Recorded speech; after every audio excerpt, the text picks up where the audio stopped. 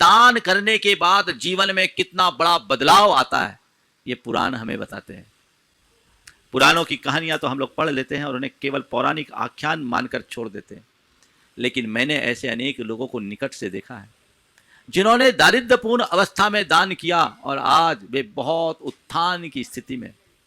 मेरे संपर्क में एक सज्जन है जो आज करोड़पति हैं, और करोड़पति क्या, पूरा एक मंदिर अपने द्रव्य से बना रहे हैं।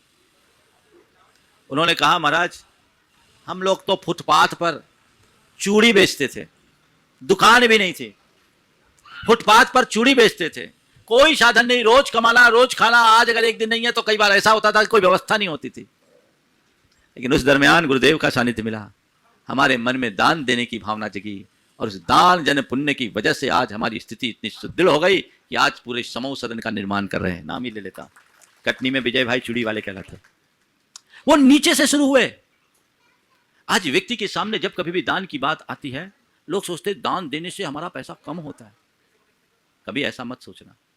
नीतिकार कहते हैं कि अगर तुम कोई भी धन कमाते हो तो धन को ब्याज पर लगाओ, तो ब्याजे स्यात् द्विगुणम वित्तम, व्यवसाये चतुर्गुणम, क्षेत्रे सतगुणम प्रोक्तम, दाने नंत गुणम भवे।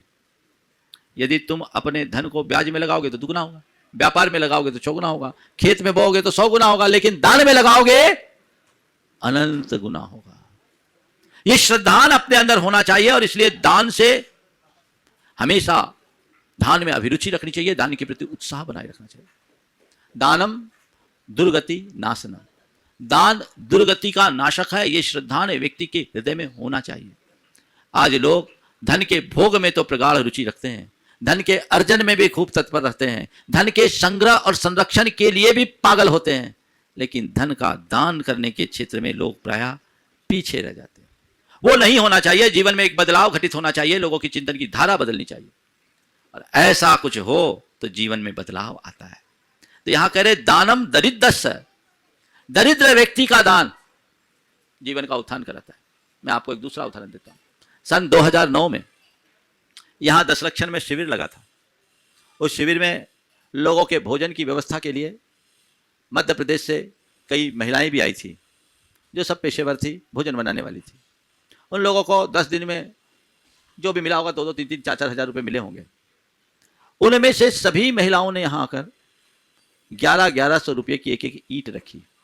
भावना देखो, जो 300-400 रुपये दिन की मजूरी होगी उनकी, 10-12 दिन के लिए आए, सब ने 1100 रुपये की राशि रखी।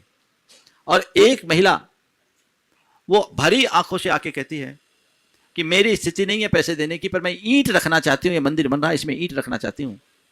मैं पैसे नहीं दे सकती, पर मेरी 2 पायल हैं, उनने अपने पाँव के पायल, चांदी की पायलें थी, उठा ली, बोले ये पायल लगा लो और हमारा उस कार्य में लगा दो। अपने कमेटी के लोगों ने कहा आपको तो जो इच्छा आप कर दो, आप तो ईंट ऐसे ही रख दो, कोई जरूरी नहीं कि आप 1100 रुपया ही दो तो ईंट हो, जो आपकी भावना रख। नहीं नहीं, हमने सोच लिया है ये पायल पैर में पहनने की अपेक्षा भगवान के लिए लग जाए तो इससे अच्छी बात क्या होगी।